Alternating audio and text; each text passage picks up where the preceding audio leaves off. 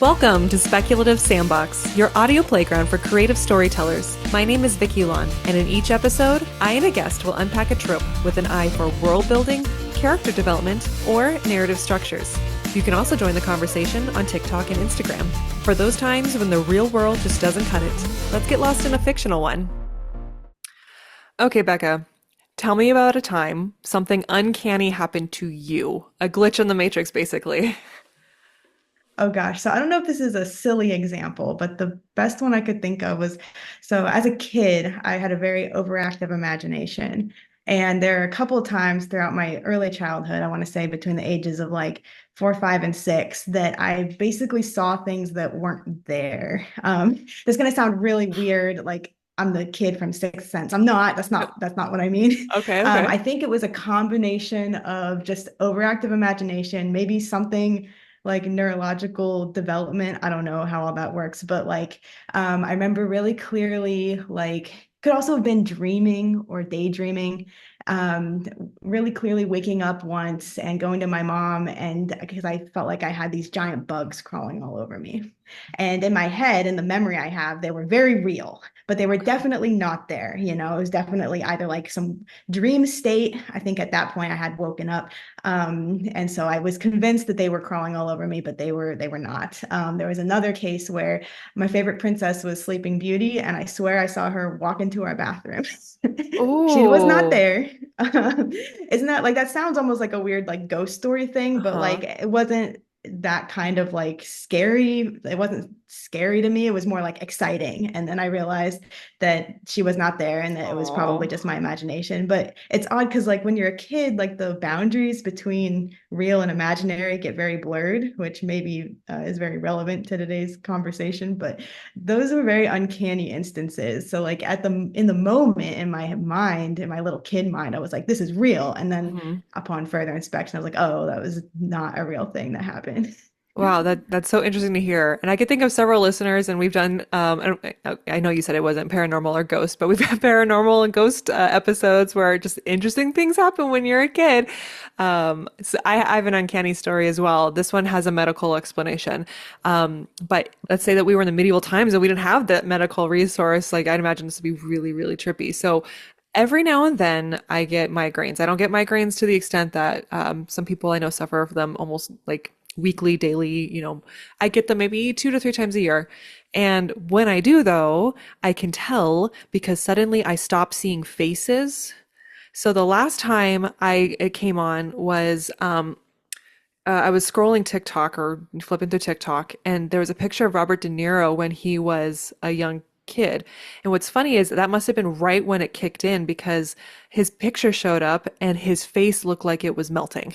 And at first I was like, oh wow, someone messed with his face. But then I was reading the comments and no one was talking about it. And I kept looking at his face and then and then I swiped and then everyone's faces. Basically what happens is they become blurry and I can't see Oh, features, eyes, nose, mouths, they all disappear. It becomes like a skin face.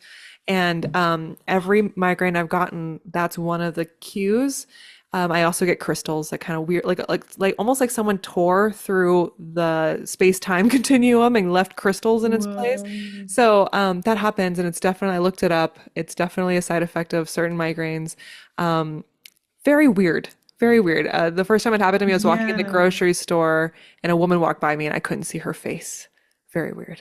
Oh, wow. Wow. Yeah. Imagine if we didn't have modern science, it would be like, well, I guess you're just going insane, lock you up Yep. in the asylum. Yep. Yes. Yeah, these things are scary. But other than that, it doesn't bother me that much. It's just when it happens, I know I have to, for the next, like, set aside the next 2 to 3 hours and just deal. So I'm at least thankful I have some sort of warning. Not everyone does. So Yeah. anyway, Yeah. Becca, we are here to talk about uncanny fiction. So can you please introduce yourself and tell our listeners your latest projects? Yes, so my name is Becca Mionis. I'm a science fiction and fantasy author. All of my catalog right now is just science fiction, which is totally fine with me, but I do plan on writing fantasy one day. I have technically 3 books currently published, independently published. The first is a standalone sci-fi rom-com, very light and silly. And then the other two are in the same trilogy, book 2. By the time this podcast comes out. It will probably have already published, but it comes out on the 15th of this month. So that's exciting. Yay, finally, Yay. book two of a three-book trilogy. So yeah. So now you've got to write book three, or Yes. yeah, yeah. Oh, fun. Yes, I Okay, so do. today we're getting together to talk about uncanny fiction, but there was an evolution in this topic, and I will share. So when you first came to me, you were interested in uncanny valley, a phenomenon that we see a lot on the visual medium, right? So right off the bat, I was thinking Polar Express. There was a lot of uncanny valleyness to those characters. But then I found a topic, I'm sorry, then I found an article in Medium that described uncanny fiction to me, because then I came across that, and it says, uncanny fiction leaves the reader in a state of uncertainty. Often this involves a sensation of not really knowing if something is real or not. We can relate this confusion to a phenomenon known as the uncanny valley, a term first introduced by Japanese roboticist Masahiro Mori in 1970. So, what interested you in this topic? Well, I've always had an interest in the concept of uncanny valley, both in like just everyday life and as like a science fiction trope. So the more I thought about this uncanny fiction concept, the more little like different angles you can take on it. I realized I had Mhm. a lot of fun just kind of mulling it over in my head. But what I guess what really interested me about it is just the idea that we as people, we as humans are programmed to recognize other humans, and that there's just this visceral reaction to something that is trying to imitate humanity, but is coming close, but is not quite all the way there, and how we are just immediately just very set uneasy. We feel uneasy about it, and we uh, don't like it. Yeah. And so, in terms of like science fiction, when you're dealing with like, I guess, robots or advanced androids, there's, all sorts of different stories that take all sorts of different takes, different angles on the android trope or the Mhm. robot trope, some more human than others. And I like this idea of androids trying to imitate humanity, but not quite being able to do it 100% of the way. But that's talking about the uncanny valley in its like literal form. Mhm. So if we're talking uncanny fiction, there's so many different ways we can talk about it, I feel like. Yeah. Well, when it comes to Uncanny Valley, there's this fun meme going around that basically said, because it's a wolf in sheep's clothing that we're basically noticing, right? And Yeah. what happened to us during our evolutionary development where we learned to fear something that looked like us but wasn't us? You know what I mean? Right. Yeah, there was in one of the YouTube videos that like I think I sent you that talks about Uncanny Valley, there's like a creepy pasta that was going around back in the creepy pasta days that basically posited that question. What makes us not, what makes us scared of things with sunken in eyes and pale skin and human but not human, is supposed to be very much like a little horror, get you thinking about bumps in the night. But yeah, like evolutionarily speaking, I feel like people are meant to recognize other people, and Mhm. there is probably a biological precedent for it Ooh, somewhere. creepy. Ooh, I okay. know. So let's talk about uncanny fiction. And I thought the best way to describe uncanny fiction was to kind of roll out some fictional examples. So the ones I found, Frankenstein by Mary Shelley, the main character is human but not human, right? It's a what do you call it? Revived corpse of many pieces. Um, Yep. and the metamorphosis isn't like uncanny valley per se, but it falls into the uncanny fiction because of its themes. And you basically have a man who woke up one day, the metamorphosis by Franz Kafka, and or I don't know if it's Mhm. metamorphosis or metamorphosis, I don't know how people want to pronounce that word, but he wakes up one day and he's a beetle, right? And it's a Mhm. very Mhm. philosophical story, and it's uncanny, it's strange. And then after that, you have Annihilation by Jeff Vandermeer. The environment is uncanny in that one, where things are warped and ruined. And the idea that this particular plot of land that our main characters are exploring are almost like cancerous in how they have been warped and twisted. So, what comes to your mind when you think uncanny fiction? Um, So those are really good examples. I like those a lot. I immediately thought of honestly a couple of movies. I hope that Okay. movies are okay. I guess Yeah, they yeah, movies are yeah. fiction. Absolutely. I thought of Inception, which is one of my favorite movies because there's this constant question of what's real and what isn't real.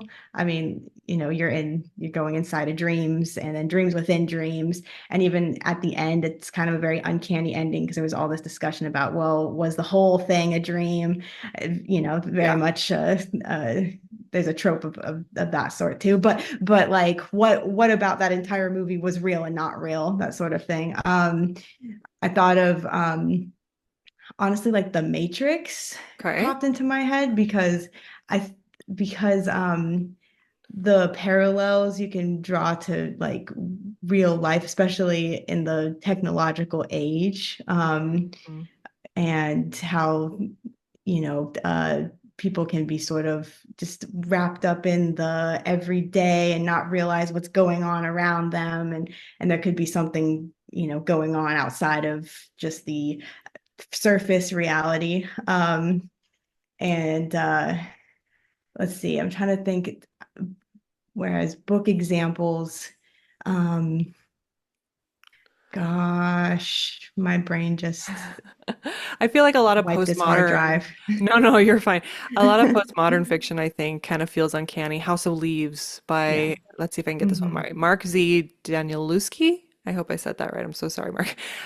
But yeah, the environment is uncanny. The house, basically, a man is measuring his house and he realizes that the measurements of the house inside versus outside is like a couple feet or inches off. And he discovers there's like a parallel universe that goes down this almost like into a labyrinth beneath his home. And when you read it, the experience of reading House of Leaves is unique in that you're supposed to feel like you're losing it as the character is feeling it. And so the words are in all these different formats, and kind of at one point you're turning the book around, reading off in a circle.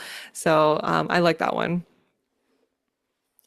Yeah, it actually, I had to go look that one up because I'd never heard of it, or at least I'd heard the title, but didn't know the concept. And looking at like the Goodreads reviews, it was funny to see people's like experiences reading it. Like someone said that they had their friend throw the book at them after trying to read It's a it. frustrating book. And like yeah, and I almost wish I've read I almost wish I had read more things like it where you're just kind of in a state of what what do I believe? What about this story being real or not real? I guess a lot of times people will talk about like unreliable narrators. That could Mm, be sort of an element of uncanny fiction where you're constantly questioning what can I trust? Like, how much can I trust this narrator? And a lot of stories really do like throw a wrench at you in the end when you have an unreliable narrator and you realize, oh, wait, everything they just told me was either wrong or warped by their perception or, something completely, not what you thought it was going to be. that's a really good point. I love that. So, looking back on all the fiction we've just listed and trying to, okay, what does uncanny fiction mean? Like, okay, I want to sit down and write an uncanny fiction. So, aside from just making people feel uncomfortable, how do you do that? And I was seeing that there are three ways that you can do that, right? You can make the characters uncanny, so Frankenstein. You make the environment uncanny, like House of Leaves and Annihilation, or the theme itself can be uncanny. And I think Do Androids Dream of Electric Sheep, which is Philip K. Dick, the Blade Runner original book, has uncanny themes, right? So and characters, and they all tie into each other. The idea that you have these robots that look very human, and you can't distinguish between the two, and all that stuff. So, do you have anything to add about like how an author can kind of grasp this concept if they were to sit down and write this? Ooh, well, I think a lot of the best fiction, especially speculative fiction, is fiction that we can kind of see paralleled in the real world.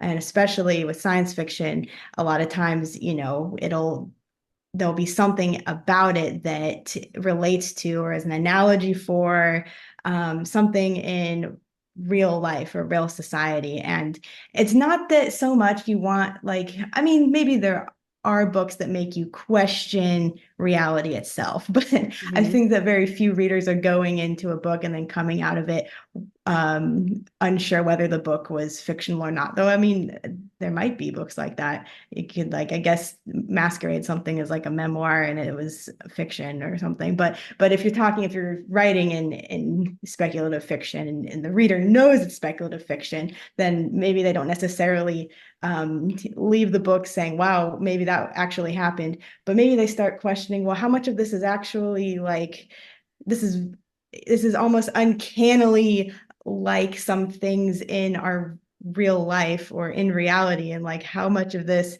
can I like see out in the world or can I apply to real life. um I immediately thought of, I guess there's kind of an infamous story of when War of the Worlds came out and they broadcast it over the radio and Hmm. people thought it was actually happening.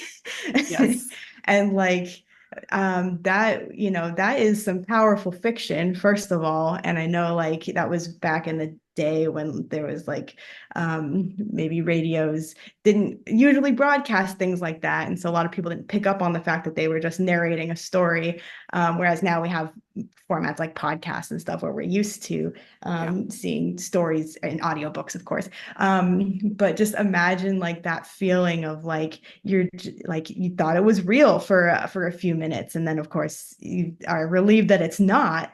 But just the power that fiction can have to make people question their reality a little Yeah. bit. Um, Yeah. No, it's such a good point. My dad told me about that radio show because it was very memorable, and he loved telling me about that. And what's kind of I think I actually found the recording at one point, and I think in today's mind, it's very clearly a story, a dramatization. But yeah, if you kind of happened upon it, it'd be very terrifying.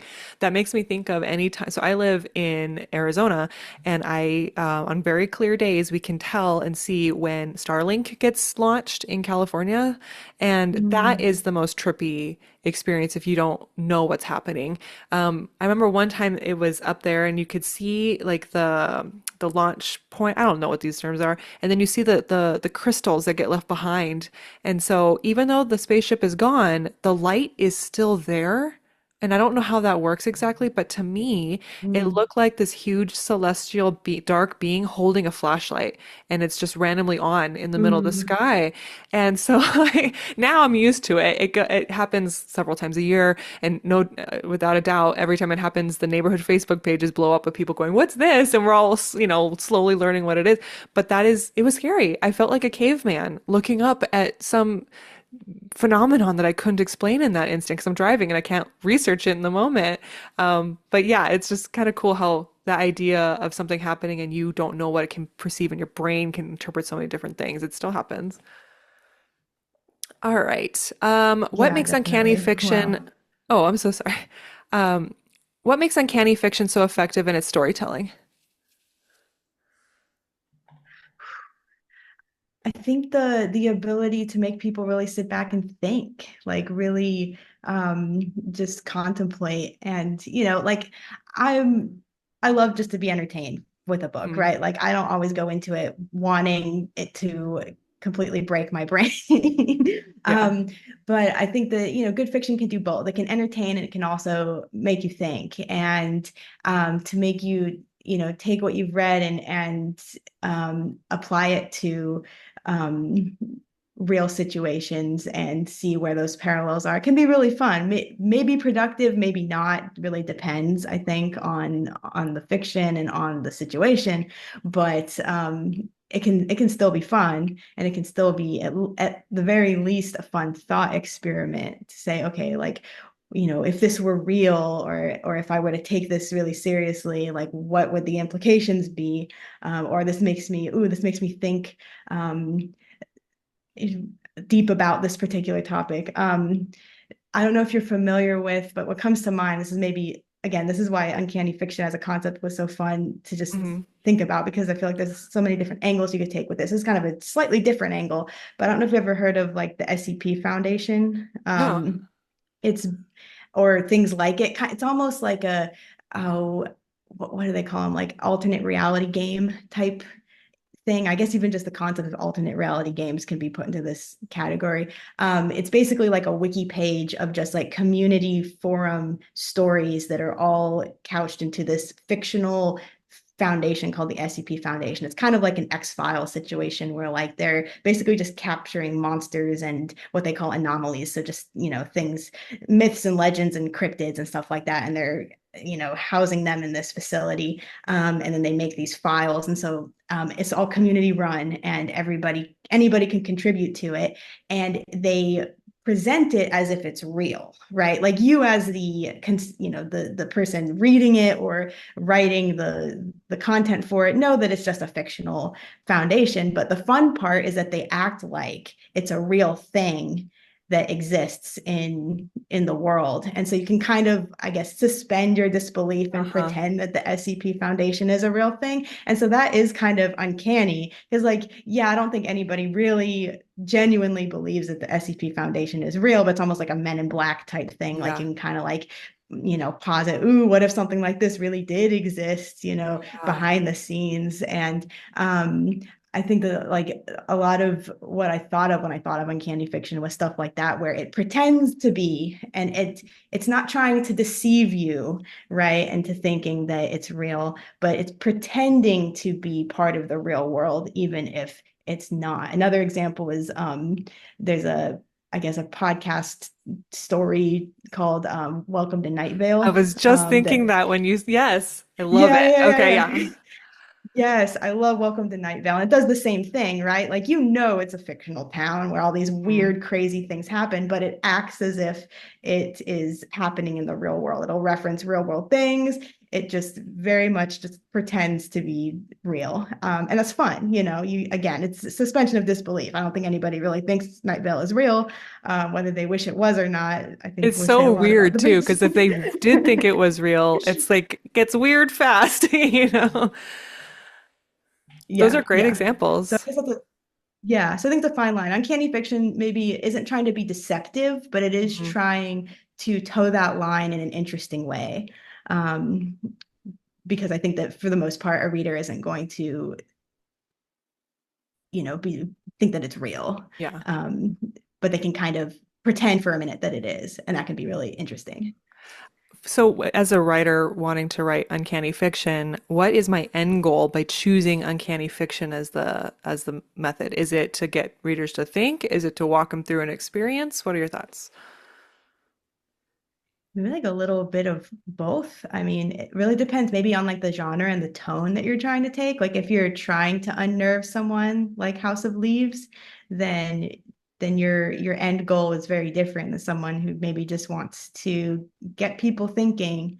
I guess depending on your sensibilities, Frankenstein may or may not be like an unnerving story. I'd say it is and it isn't. Like I love Frankenstein. I loved reading it in school. I think it's such a fascinating story. And like, even though it was written, a couple hundred years ago, it's still so relevant today. Mhm. But like, I found it, I think, more compelling than disturbing. Like there are just, disturbing elements of it, but it's just more of, um, um, I want to think of a phrase other than get you thinking. but I guess that is the best way to describe it. Get you thinking about a lot of different things and about what it means to be human and the limits of science and what the responsibility of a scientist or a creator is, et cetera, et cetera. So really, yeah, the end goal would have a lot to do with what sort of story are you trying to write and what emotions do you want to elicit from your readers. So I feel like in that way, uncanny fiction is very versatile. That's a great point. So, if you decide to make your main character uncanny, Frankenstein, a robot, how does this affect then the character development? Ooh, you know, it I think it does it adds that layer of unreliable narrator. Mm. Um, because the reader is never quite sure if they can trust that this character is human. I thought of a book example finally. Oh, yay. Um, there's a book. There's a book. It's a young adult fiction. It's called The Kingdom by I think Jess Roth. Rothenberg. Don't quote me on that. I might be saying the author's name wrong, but it's a really cool concept. Basically, the idea is it's kind of like Westworld, where there's this big amusement park that's basically just a comment on like Disney World and amusement parks like Disney World. And the main character is actually like this android hybrid.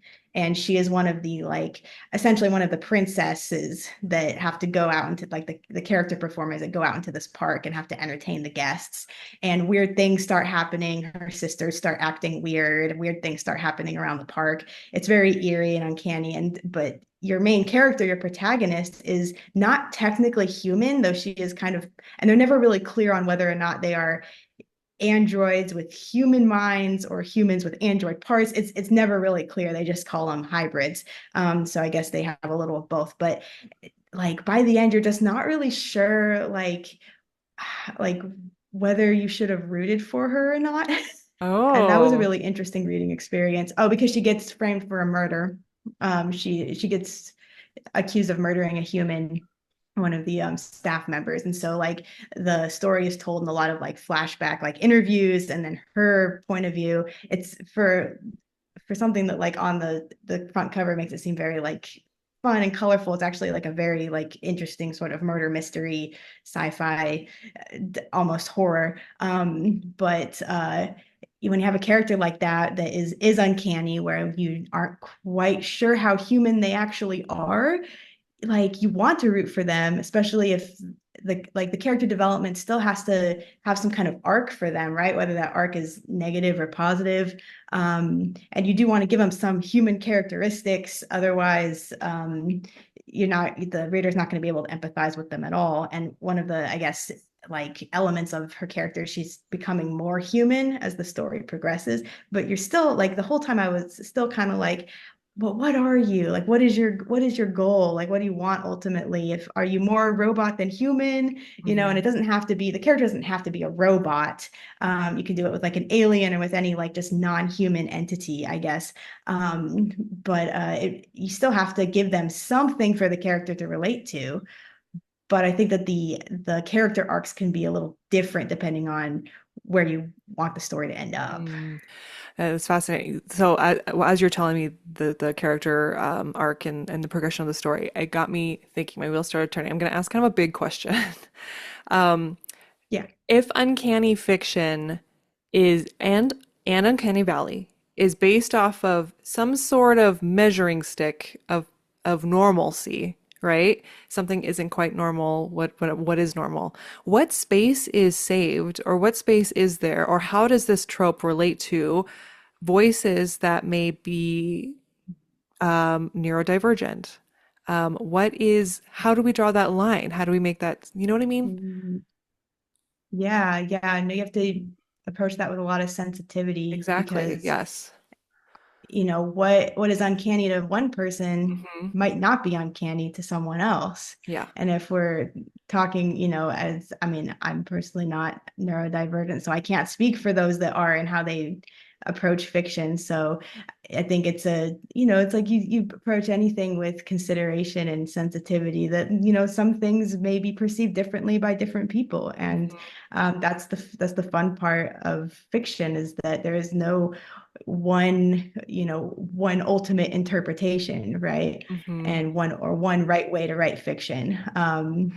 So I think, yeah, just there's a lot of like room for, I think, um, new perspective there Hmm. and Yeah. differing perspective. Agreed. Yes, because as I'm thinking about it, I've seen a lot of people make really interesting observations about characters or tropes of characters that maybe some people thought were like couldn't relate to, right? But then they pointed out actually this is very much of the ADHD mindset or the autistic mindset or something, stuff like that.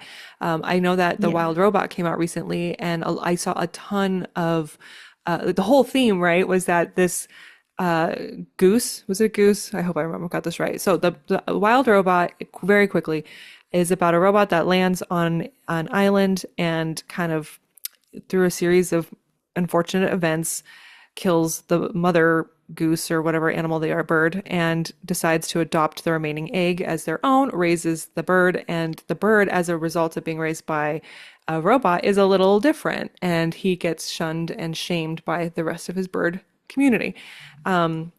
And the amount of, so then, when we talk about uncanniness and how other people perceive someone who's different, a lot of people went to social media and started expressing, I relate to this so hard as a mother of like an autistic child and stuff like that. And that isn't the only case, but I'm just explaining what I saw.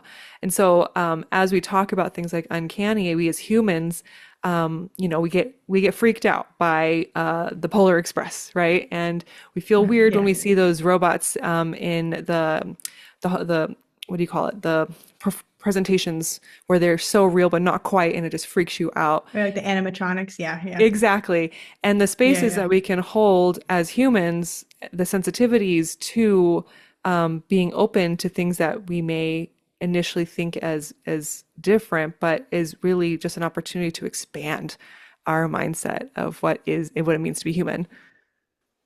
Yeah. And I think one thing to point out is that like, the word uncanny, it's not meant to be a negative term, at least not in my conception of it. I guess it could be taken that way, Hmm. but like what the definition of an originally, right? The phrase that the roboticists used was eerie valley, right? Mm-hmm. And eerie is a much different word, I think, than uncanny, especially in the English language. And I think that's in some ways a good thing because I think the word uncanny, language is powerful and wording can be so powerful. So the word uncanny has really kind of opened it up to being not just the eerie and the creepy, but just the unexplainable or the different, Hmm. which can be a very the lighter side, right? Like Hmm. it can be eerie, it can be creepy, but it can also be sort of just interesting, different, and that in that way it doesn't alienate those that might be different Hmm. by making it a negative connotation towards the word. Yeah, absolutely. And I felt like that was a big question, a big topic of discussion, because anytime, we go dive into these things, there's just different aspects of humanity. And it's interesting how things kind of pour into fiction and how people can perceive them. So as we evolve and we kind of become more aware of differences, it's kind of interesting to also see that reflected in our fiction. Okay, moving on from back to the lighter stuff. So, at the heart of our psyche, I guess maybe this isn't so light of a question. At the heart of our psyche, why are we so comfortable around uncanny things? Hmm. Um, yeah, I think it goes back to just human nature and wanting to see humans, or wanting to, well, I guess wanting to see humans and things, but also wanting to be able to recognize humans for what they are. I think that's why people get so uncomfortable with like AI art. And I think a lot of the uneasiness comes from what if I can't recognize a real person versus Mhm. a fake person, a computer generated person, because and social media has, I guess, changed the landscape of this a lot, but people still want to be able to connect to real people. Mhm. I think at our core, that's kind of inherent to human nature. And if we're not able to do that, or if we have a sense of uncertainty towards if is what I'm talking to really a human, um, that's a little scary, a little, unnerving. And so I think that, almost, whether it's built into us biologically or if it was something that just became sort of culturally baked in and we didn't have a name for it until the roboticists, thought of one. That like having a way to sort of instinctually distinguish whether or not what you're looking at or reading or listening to is human Mhm. is both comforting and um, important. And does that answer the question? Yeah, no, absolutely. I think, I think, yeah. that was great. And also these books have such a great opportunity that builds in. So so there's the feelings of uncanniness that we feel when we're reading these things. And then there's the topic matter themselves. And I find that many times they're trying to open up our perspective to the things that we might not be sure about. Like Frankenstein is a great example of like we fear the monster, Yes. but the monster is not the villain. Dr. Frankenstein is the villain because he did that to a Yes. person. You know what I mean? So it's just kind of it's just cool. It's like this roundabout way of looking at things. All right, a Yeah. fun question. Is there anything outside of fiction that strikes you as uncanny? And my example was mirrors at night scare me. I hate walking around and Ooh. seeing myself in a mirror at night. I will not look at myself in a mirror at night. So, anything that you can speak Oh, to? that's interesting. Ooh. Gosh. I feel like I should have a um I put life like mannequins. You know, the mannequins in the store windows? yeah, yeah, those are wax figures. Okay. Madame I Tussauds mean, wax that's figures. maybe that's actually almost too obvious of an answer. I think actually I have a better answer and one that maybe is less of a visual, oh, humanoid figure answer. Like voices that not necessarily, well, yes. Okay, so for example, when this Zoom call started and the voice that tells you you're being recorded right now, that's so like creepy and uncanny to me. And I know it's like a robotic voice. We're very used to hearing like robotic generated voices. Hmm. And when it's obvious that it's like a robotic voice, that still kind of creeps me out, even maybe more so than like a voice that is trying to sound human but is AI generated. Though those are creepy too, honestly. Yeah. Like let's be real, and not being able to distinguish whether a voice is AI or not is not encouraging. Yeah. um, but yeah, Yeah, those sorts agree. of voices are yeah. I'll Maybe add to that's that too obvious then. an answer though. No, that's a great answer. And I'll add to that. Have you seen the deep fakes online where like TikTok videos of people pretending to be Tom Cruise? They deep fake Tom Cruise onto their face and then they dance around and you're kind of shocked because you're like, Tom Cruise would never do that. And you realize Yeah, it's not them. That's uncanny. That's great. yeah, That's yeah, yeah, ugh. yeah. Well, Yeah, and when those filters, oh my gosh. Oh, yeah, go. sorry, I didn't mean to No, you're interrupt. fine. I think we might have a little delay, so I don't. It's fine. And um, No, it's okay. Yeah.